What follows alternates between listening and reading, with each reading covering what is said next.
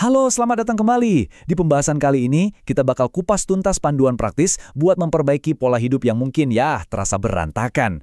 Kita akan cari cara buat dapetin lagi energi dan kenyamanan hidup kita. Kalau Anda sudah siap merasa jauh lebih baik, yuk kita mulai aja. Coba deh, pernah nggak sih Anda ngerasa kayak gini? Baru bangun tidur aja udah capek, siangnya susah banget buat fokus, pas malam malah nggak bisa tidur. Kalau iya, tenang, Anda nggak sendirian kok. Ini tuh sebenarnya sinyal dari tubuh kita kalau ada sesuatu dalam pola hidup yang perlu dibenahi. Oke, jadi apa sih sebenarnya yang dimaksud pola hidup nggak sehat itu? Ini tuh bukan cuma soal sesekali makan junk food loh, bukan. Ini lebih ke kumpulan kebiasaan kita sehari-hari, mulai dari apa yang kita makan, seberapa sering kita mager alias malas gerak, sampai kualitas tidur kita. Nah, kebiasaan-kebiasaan inilah yang pelan-pelan tapi pasti ngerusak kesehatan kita. Penyebabnya, sering banget hal-hal yang kita lakuin tiap hari, kadang tanpa sadar. Misalnya nih, pola makan yang isinya makanan olahan melulu. Terus, berjam-jam cuma duduk doang. Begadang, nonton serial favorit, padahal besok kerja. Sampai stres yang numpuk nggak karuan. Coba deh jujur sama diri sendiri. Mana dari kebiasaan ini yang gue banget nih? Awalnya mungkin cuma kerasa capek biasa ya. Tapi, jangan salah. Jangka panjangnya, kebiasaan ini tuh kayak efek domino yang bahaya banget.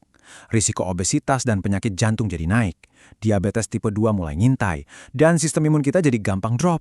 Ini benar-benar bukan masalah sepele yang bisa diabaikan loh. Ini tuh menyangkut fondasi kesehatan kita di masa depan. Oke, kita udah paham nih masalahnya. Sekarang, yuk kita masuk ke solusinya.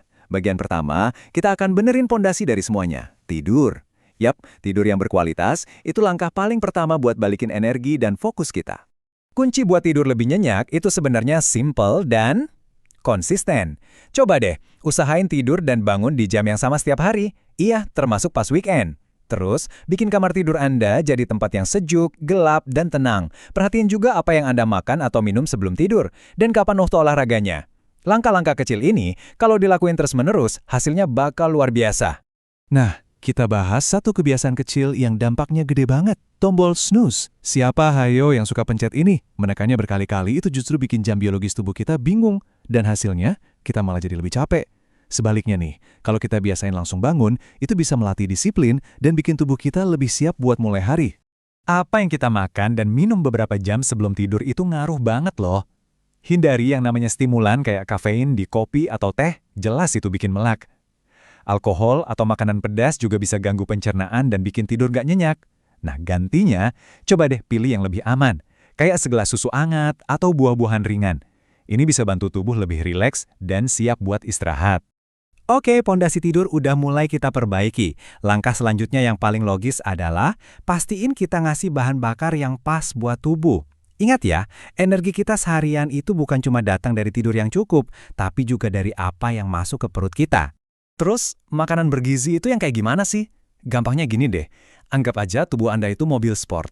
Nah, makanan bergizi itu bahan bakar kualitas supernya yang ngasih semua nutrisi yang dibutuhin mesin dalam jumlah yang pas. Nggak kurang, dan yang penting juga nggak berlebihan. Kuncinya ya satu, keseimbangan. Konsep keseimbangan ini benar-benar penting. Kita butuh karbohidrat buat sumber energi utama. Kita butuh protein buat ngebangun dan perbaikin sel-sel tubuh. Vitamin dan mineral dari sayur dan buah jangan lupa. Plus, lemak baik sebagai cadangan energi. Semuanya punya peran penting. Dan kalau salah satunya hilang, keseimbangan sistem tubuh kita bisa keganggu. Dan jangan pernah lupain elemen yang paling simple tapi krusial banget, air putih. 8 gelas sehari itu angka yang gampang buat diingat. Cukup minum air itu bantu banget metabolisme tubuh kita kerja maksimal dan pastinya ngejaga kita nggak dehidrasi. Sekarang kita masuk ke pilar ketiga. Kalau tadi makanan itu bahan bakarnya, nah aktivitas fisik ini ibarat cara kita ngegas mesin tubuh kita.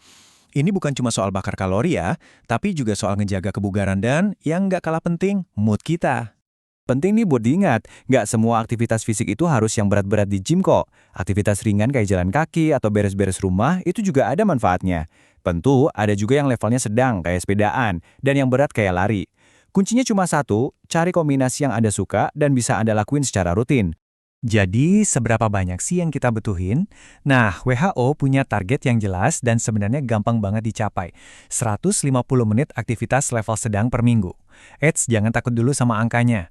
Kalau dipecah, itu kan cuma 30 menit sehari selama 5 hari. Bisa banget kan? Nah, ada satu hal menarik nih yang perlu kita tahu. Setiap orang itu unik. Secara umum, ada 3 tipe tubuh. Ektomorf yang badannya cenderung kurus, mesomorf yang atletis, dan endomorf yang cenderung lebih gampang nyimpen lemak. Kenapa ini penting? Soalnya, dengan ngenalin tipe tubuh sendiri, kita bisa lebih pas nyesuaiin jenis olahraga dan pola makan yang paling efektif buat kita. Oke, jadi apa sih hasil dari semua ini? Yuk kita lihat gambaran besarnya. Anggap aja setiap perubahan kecil yang kita lakuin hari ini tuh kayak investasi.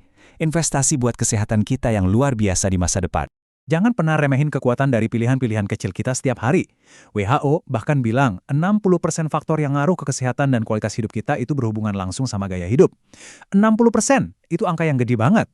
Dan ini nunjukin kalau kendali atas kesehatan kita itu sebenarnya ada di tangan kita sendiri.